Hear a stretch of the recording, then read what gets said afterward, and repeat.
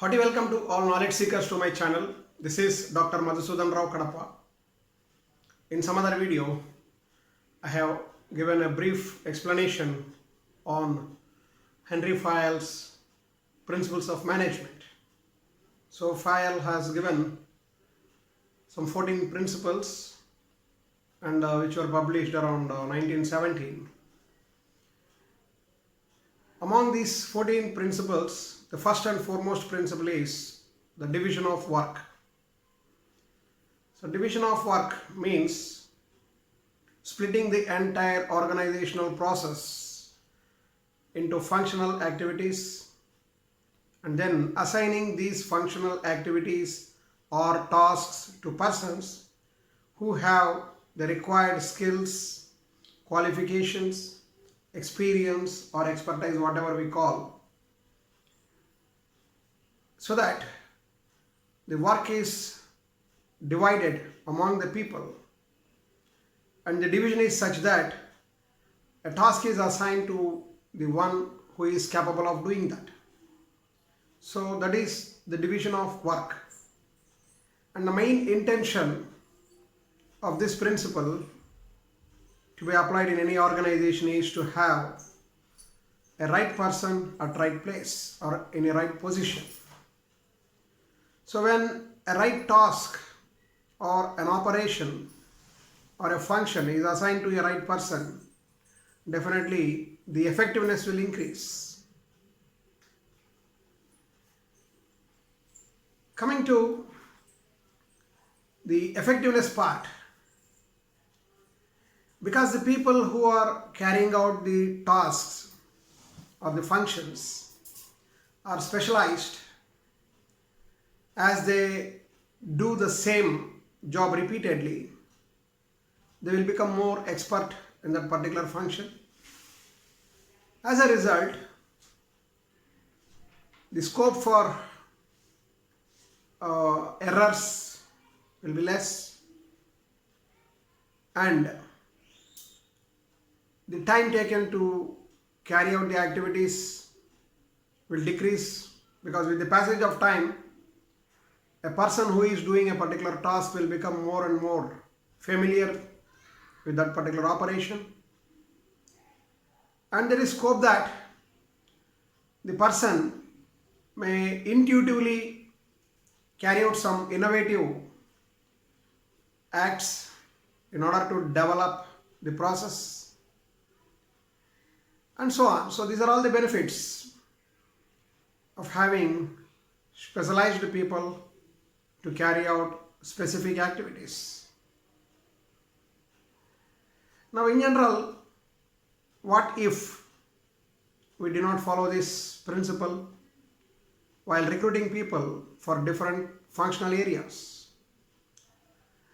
So Fayol has given the meaning of division of work and how it has to be done for organizations. Now let us go in detail.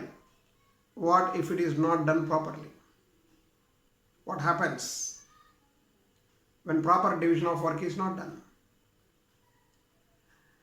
Suppose let us take the example of a software company which is recruiting people with different specializations. Maybe a company recruiting BTechs, maybe civil, electrical, electronics, mechanical, computer science as well. Now it is a software company, and I don't understand what these mechanical, electrical and electronics people will do, because they are not specialized in the particular platform or software. Till recent times, the companies used to follow this procedure to recruit more number of graduates. I don't understand how these people will be utilized in the company. What happens with the passage of time? Of course, the people may be taken as a fresher and they may be imparted some training on a particular platform, and thereafter they will be assigned the task. So those who are interested in that particular platform or a software or a technology they will survive and they will try to grow by taking additional training, maybe on job or off job. And those who will update themselves or upgrade in some other softwares whenever there is a change in technology, they will only survive. And then if we think of the fate of the others who cannot upgrade themselves or don't have interest on those new technologies or softwares, they will become obsolete. So in order to avoid that, of course in recent times even software companies are going for certified people who are certified on a particular technology rather than going for general recruitment of people irrespective of their disciplines. So if we recruit specialized people, the requirement for training will be less and they will become more effective in a very short time. So there is a saving in time for the company,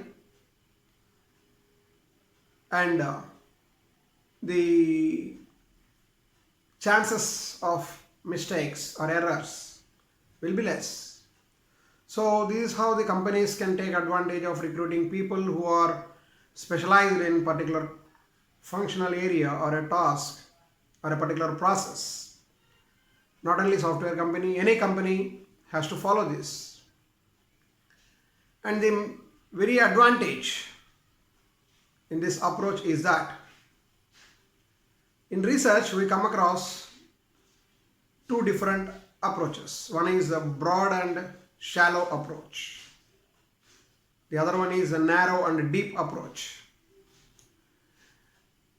A broad and shallow approach is comparable with a general surgeon.